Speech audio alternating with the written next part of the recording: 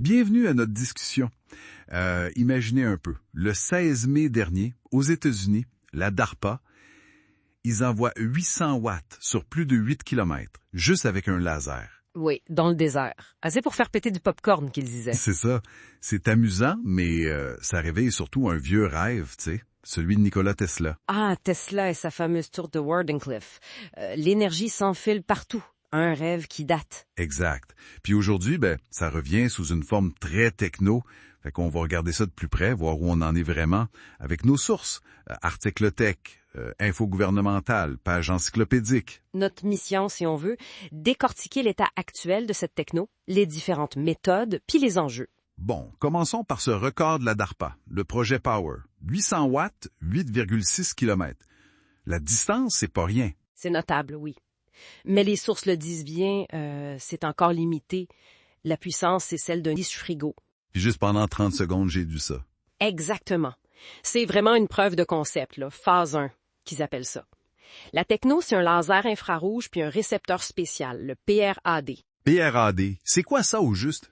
C'est une sphère, en gros, avec un miroir parabolique dedans qui concentre la lumière sur des cellules photovoltaïques. Mais bon, le rendement, dans les tests à plus courte distance, ça tournait autour de 20 20 ouais. C'est pas énorme. Non, c'est clair, c'est un des gros défis. Puis la DARPA, il compte améliorer ça. Il y a des plans. Ah oui, absolument. La phase 2, c'est l'optimisation. La précision du faisceau, puis surtout le rendement. Il parle de photodiodes spécifiques vraiment conçus pour la longueur d'onde du laser. Ça pourrait dépasser 60 en théorie. Ah, ça commence à être intéressant à 60 Oui. Puis la phase 3, là, c'est encore plus ambitieux. 10 kilowatts sur 200 kilomètres, mais avec des relais dans les airs, genre des drones ou des avions. Wow, OK. Mais est-ce que ça nous rapproche vraiment du rêve de Tesla, d'une énergie sans fil pour tout le monde, ou c'est juste militaire? C'est une très bonne question, ça. Pour l'instant, ça semble vraiment viser des besoins précis. Militaire, oui. Alimenter des bases isolées, des drones. C'est pas encore la distribution d'énergie à grande échelle, là. Le chemin est encore long. C'est clair. Puis cette idée, comme tu disais, ça date pas d'hier. Tesla, début 1900. Oui, lui imaginait faire résonner l'énergie dans la Terre, l'atmosphère, des ondes stationnaires. Sa tour de Wardenclyffe, c'était ça l'idée. Mais bon, ça n'a jamais été fini, jamais fonctionnel. Après lui, il y a eu d'autres essais, non? Ben oui, William Brown en 64 qui alimente un hélico avec des micro-ondes.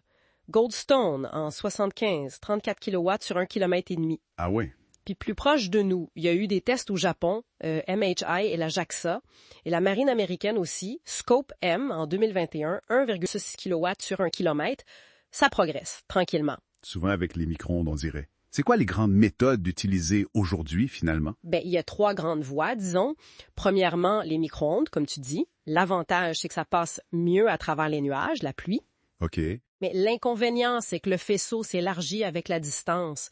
Fait que ça prend des antennes immenses pour aller loin. Puis, il y a la question de la sécurité biologique si la puissance est très élevée. Emerald en Nouvelle-Zélande travaille là-dessus, puis la JAXA aussi pour le solaire spatial. D'accord. Puis le laser, comme la DARPA? Le laser, lui, c'est un faisceau super fin, très directionnel. Ça permet des systèmes plus compacts, puis ça va loin. S'il fait beau? Exactement, c'est ça le problème. Les nuages, la pluie, le brouillard, ça absorbe, ça disperse le faisceau, c'est pas idéal. Puis la sécurité, c'est critique pour les yeux, puis le risque d'incendie. Faut des systèmes de coupure super rapides. Le rendement lumière-électricité, c'est aussi un gros défi à améliorer. Powerlight, Ericsson ont testé ça pour une station 5G. OK. Reste la troisième voie, celle qu'on connaît un peu plus. Oui, le champ proche. Induction, résonance magnétique. C'est nos chargeurs sans fil qui pour les cellulaires, les brosses à dents électriques. Ah oui, ça on utilise tous les jours ou presque. C'est ça, mais la portée, c'est très pour, là. Quelques centimètres. Il y a des compagnies comme Wetricity qui essaient d'adapter ça pour charger les autos électriques quand elles sont arrêtées. Puis on teste même des routes qui pourraient recharger en roulant. Vraiment? Wow! Oui, le rendement, c'est variable. Pour le Qi, c'est genre 40-55 %, mais on parle pas du tout des mêmes distances, évidemment. On voit bien que chaque techno a son créneau. Alors, si on met de côté les objectifs militaires de la DARPA pour l'instant, c'est quoi les autres applications qu'on pourrait voir un jour? Le potentiel civil y est là, mais c'est plus lointain. On peut penser au secours d'urgence, après une catastrophe, pour amener du courant vite. Ah, ça serait utile. Ou alimenter des sites isolés, des îles, des plateformes en mer, peut-être des drones pour les télécoms qui restent en l'air longtemps. Puis le gros projet futuriste, c'est les centrales solaires dans l'espace. Ah oui, j'ai entendu parler de ça. Envoyer l'énergie sur Terre. Exact. Caltech, la JAXA travaille là-dessus. Mais bon, soyons réalistes, c'est pas pour demain matin dans nos maisons, là. Non, c'est sûr. Puis il y a cette question de double usage que les sources mentionnent. Le Canada, par exemple, classe ça comme technologie sensible. Effectivement. La ligne est mince entre transporter de l'énergie et une arme à énergie dirigée. Ça soulève des questions stratégiques, c'est clair. Le contrôle de ces routes de l'énergie invisibles. Exactement. Qui va maîtriser ça? Ça pourrait créer de nouvelles dépendances, même des tensions géopolitiques. Faudrait sûrement des traités internationaux si ça se développe vraiment. Il y a aussi les défis techniques, le rendement à améliorer, la sécurité, bio pour les micro-ondes, incendie pour les lasers, les interférences, la fiabilité météo pour le laser, les coûts. Bon, pour résumer, la transmission d'énergie sans fil longue distance, ça avance. Le record de la DARPA le montre, mais ça reste expérimental, très ciblé. C'est ça. Différents technos coexistent, laser, micro-ondes, induction, chacune pour des besoins différents. Du chargeur de cellules au projet militaire pointu, le vieux rêve de Tesla y refait surface, mais c'est plus complexe. C'est une technologie qui, même si elle n'est pas dans notre quotidien demain, touche à des enjeux majeurs. Sécurité énergétique, accès à l'électricité dans les coins perdus, et peut-être un jour des infrastructures d'énergie complètement différentes, invisibles. Exactement. Ça ouvre la porte à beaucoup de questions. Ce qui nous amène à une dernière réflexion.